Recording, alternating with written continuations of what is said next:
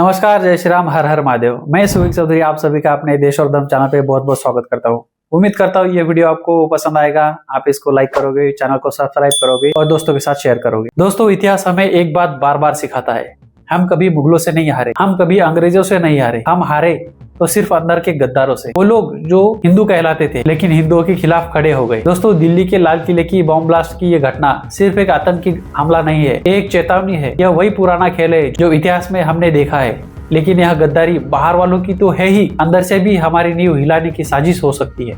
लाल किले के ठीक बाहर हुई यह विस्फोटक घटना हमें याद दिलाती है कि खतरा सिर्फ सीमाओं पर नहीं है। यहाँ से कुछ आरोपी डॉक्टर गिरफ्तार हुए, वही डॉक्टर जो देश में रहते हैं, पढ़ते हैं, इलाज करते हैं, इलाज करने का ढोंग भी करते हैं। लेकिन कुछ रिपोर्टों के मुताबिक उनका नेटवर्क किसी बड़ी आतंकी साजिश से जुड़ा हो सकता है। यह वो विशेष विचारधारा है, नाम पर तो वो भारतीय डॉक्टर है, पर उनकी गतिविधियां देश और उसकी सुरक्षा के लिए हानिकारक साबित हो सकती है। अगर ये डॉक्टर सिर्फ व्यावसायिक या सांस्कृतिक पहचान के लिए नहीं बल्कि संगठित आतंकी मॉड्यूल के हिस्से है, तो ये असल गद्दारी है। भारत के अंदरूनी खलनायक। हमारा इतिहास गवाही देता है, हमलावर बाहर से तो हो ही सकते हैं, लेकिन अक्सर विनाश की जड़ अंदर से होती है। जैसे पहले गद्दारों ने हमारे इतिहास में हमें धीरे धीरे कमजोर किया, वैसे ही आज कुछ लोग देश की भलाई का मुखौटा पहनकर आतंकी ताकतों के एजेंडा को आगे बढ़ा सकते हैं। हम क्या कर सकते हैं? हमें जागरूक रहना होगा। हमें उन विचारधाराओं की पहचान करनी होगी जो देश के नाम पर काम करती है लेकिन हकीकत में देश को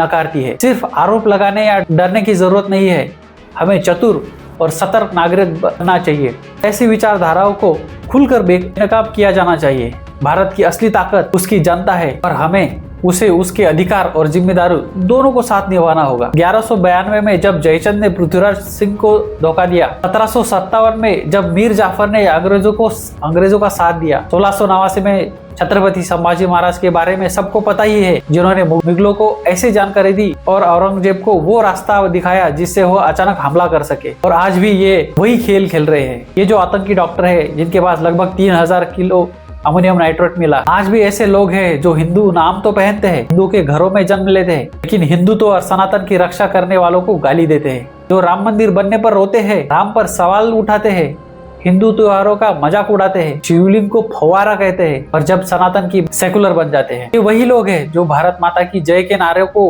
कम्युनल कहते हैं। कुछ लोग तो ये भी कहते हैं कि भारत माता है कौन, और टुकड़े टुकड़े गैंग को फ्रीडम ऑफ स्पीच कहते हैं। ये वही विशेष विचारधारा वाले लोग हैं जो अपने पूर्वजों की तरह आज भी भारत को नहीं, भारत के दुश्मनों को मजबूत करते हैं। दोस्तों, असली दुश्मन बाहर का नहीं है, असली दुश्मन है अंदर का गद्दार। वो जो हिंदू नाम रखकर हिंदुओं को गाली देता है, जो इस्लामोफोबिया पर रोता है लेकिन कश्मीरी हिंदुओं के नरसंहार पर खामोश रहता है, वो जो राम मंदिर पर तंज कसता है लेकिन औरंगजेब और बाबर का महिमंडन करता है, यही असली गद्दार है। इस विचारधारा से हमें बचना चाहिए। दोस्तों, हमें याद रखना होगा, भारत को कोई बाहरी ताकत नहीं हरा सकती।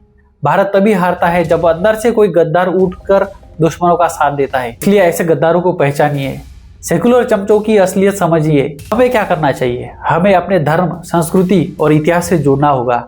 इतिहास की गलतियों से सीखना होगा, क्योंकि जिसे अपने इतिहास का गर्व नहीं, वो हमेशा दूसरों की गुलामी में जिएगा, दूसरों के दिए हुए झूठे नॉलेज को सच मानने लगेगा। अपने बच्चों को असली इतिहास बताइए।